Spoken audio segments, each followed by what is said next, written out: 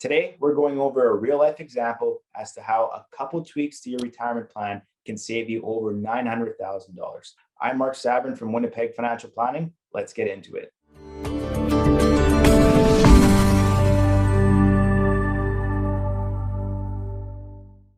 All right, so this is a real life example of a couple I met with a few weeks ago. I've changed their name for confidentiality reasons. So Donna and Steve Samples. If there is a Donna and Steve Samples out there, this is not them.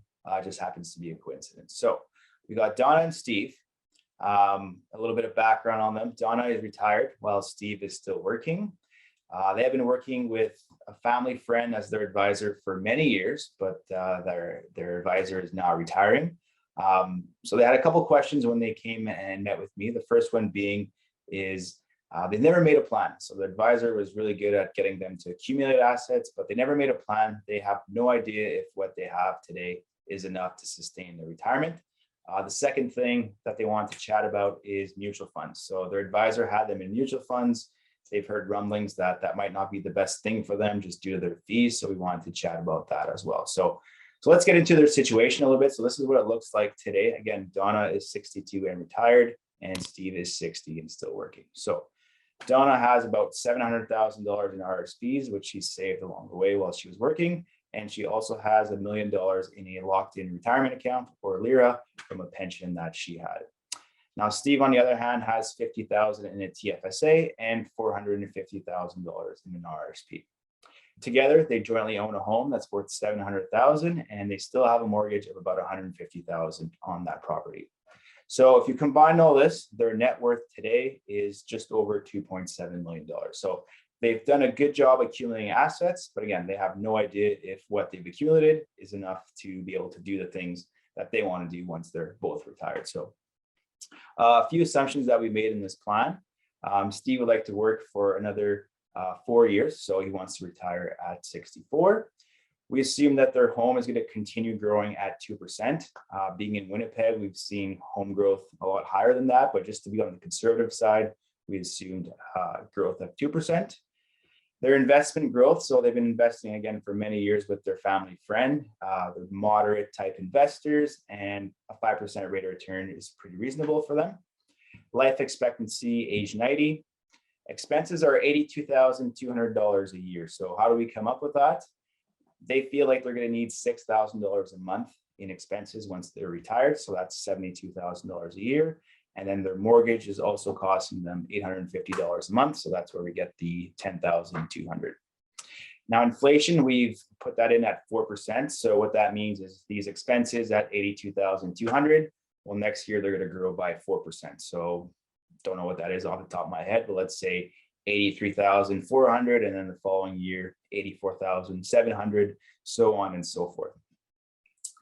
Their goal was to take CPP upon retirement. So Donna has already started taking her CPP, and Steve's plan was to wait until he retired at 64 before starting it. And they wanted to take their OAS at 65. So if we take all of their assets, again, the $2.7 million net worth that we looked at on the previous slide, and all these assumptions, this is what their situation looks like long-term. So this is a look at their net worth. So what we're looking at here is the yellow line represents their home minus any debt that they have. So as you see, the home grows in value, and they're also paying off their debt. So this yellow line is increasing. And then at age 90, again, they're disposing of that. So you're seeing that straight down in 2052. Now, this represents their total net worth. So the value of the house minus any debt plus their investable assets. So based on all the assumptions we just looked at, their net worth is actually increasing as they age. So they're in a really good spot where they can do the things.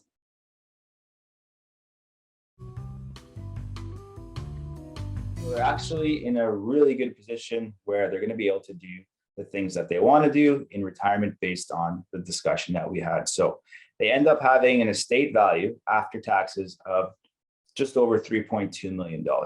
So again, they've done a really good job accumulating assets based on their retirement goals. They're definitely on track to do that. Now it's just a matter of how can we optimize their situation to make it look even better. So Again, as you'll notice, this is the slide we just looked at. We see a significant drop off here happen around at death. So before they die, their estate's actually worth just over $4.2 million. So at death, their estate tax bill is almost $1 million that they're paying in taxes. So directly to the CRA. So what's happening there? So to understand what's happening, we first need to understand how the tax system works in Canada. So what I've done here is I've put together the combined Manitoba and federal tax rates. And how the tax system works is on your income from 0 to 34,000, you're going to pay 25.8%. On your income from 34,000 to 50,000, you're going to pay 27.75%. So on and so forth until your income is over 221,000. At that point, any additional income that you have is going to get taxed at 50%. So why is their tax bill so high? So what happens is, again, Donna is a couple of years older than Steve. So when she passes away, any remaining assets that she has in RSPs or in her LIRA can transfer over to Steve tax-free. So there's no problem there. But when Steve passes away, any money that's still left in his RSPs or now his LIRA, because he's inherited, it all counts as income in the year of his death. So if there's still $2 million left in RSPs and LIRA at age 90 in Steve's hands, again, his income is way over 221,000 and he's paying 50% on the majority of those assets. So there's a huge, I call it the registered tax bomb, if there's not a withdrawal plan in place to minimize that. So how can you minimize that tax bomb? So as of right now, again, Steve is working, Donna is already retired, and the only income that she has is her CPP, which is about $10,000 per year. So she's in the lowest tax bracket right now.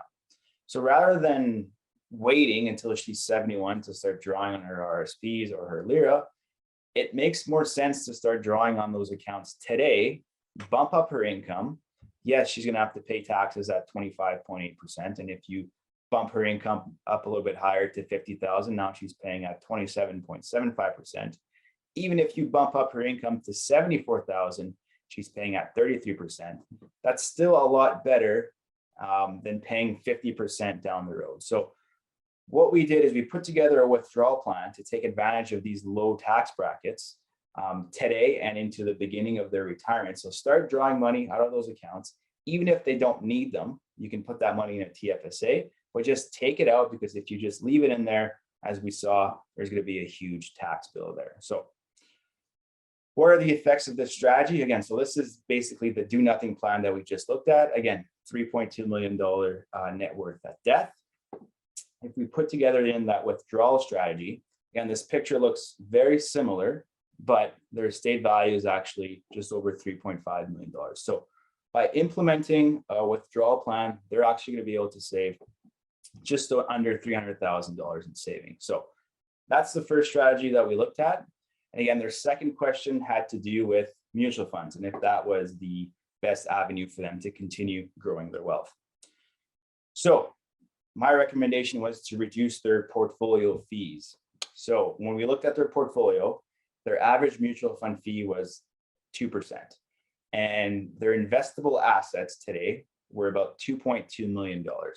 So based off that fee and the amount of money that they had in mutual funds, they were paying $44,000 a year to mutual fund companies.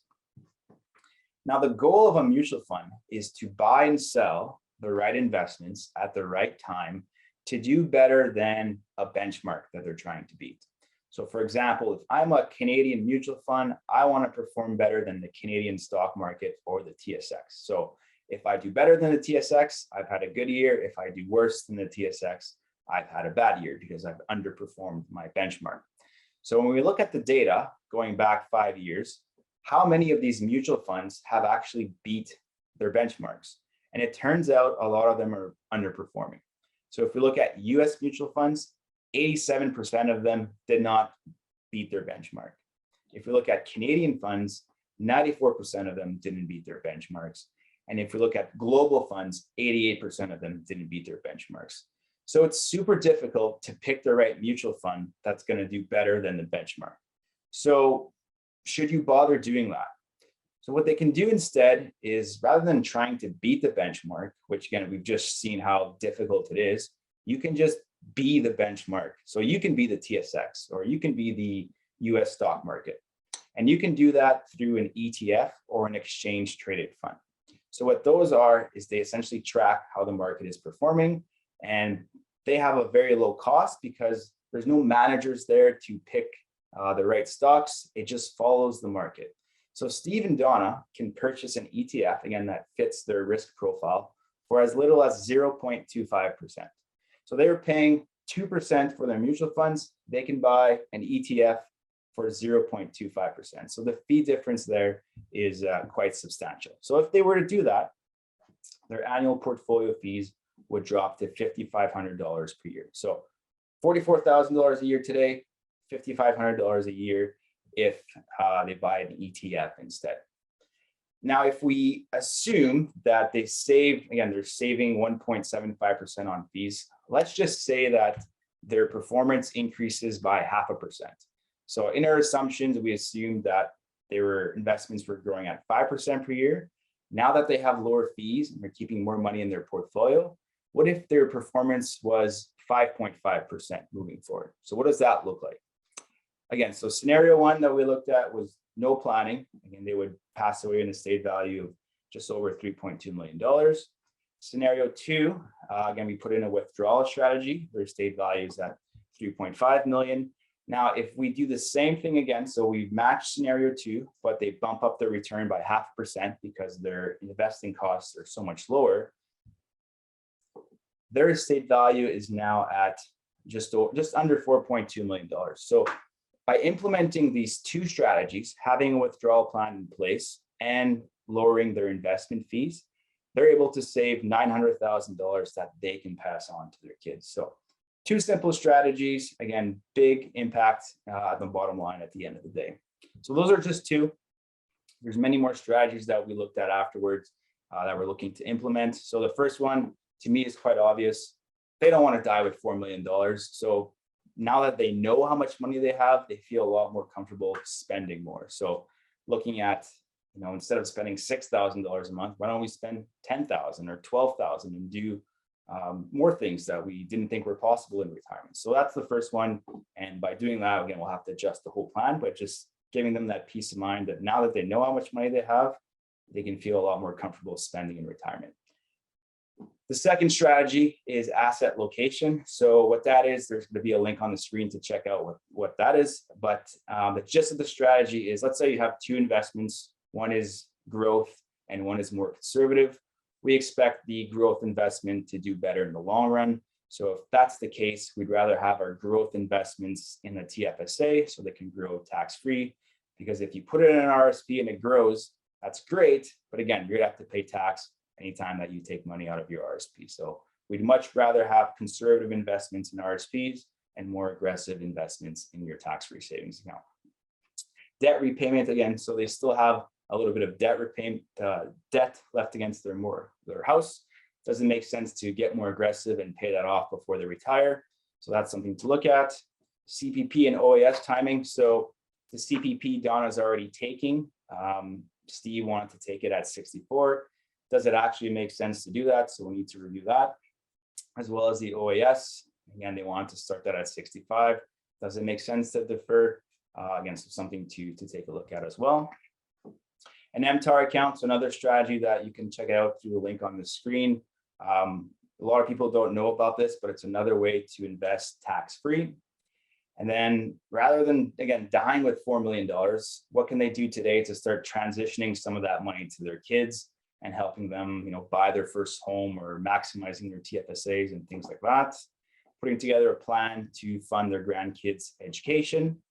And then charitable giving. So that was important to them. So looking at different ways that they can give back to their community and save on taxes along the way. So again, the goal of this video was just to show you a real life example of what a retirement plan can do for you. In this case, if Steve and Donna never had a plan, they'd be fine. They'd be able to do the things that they want to do.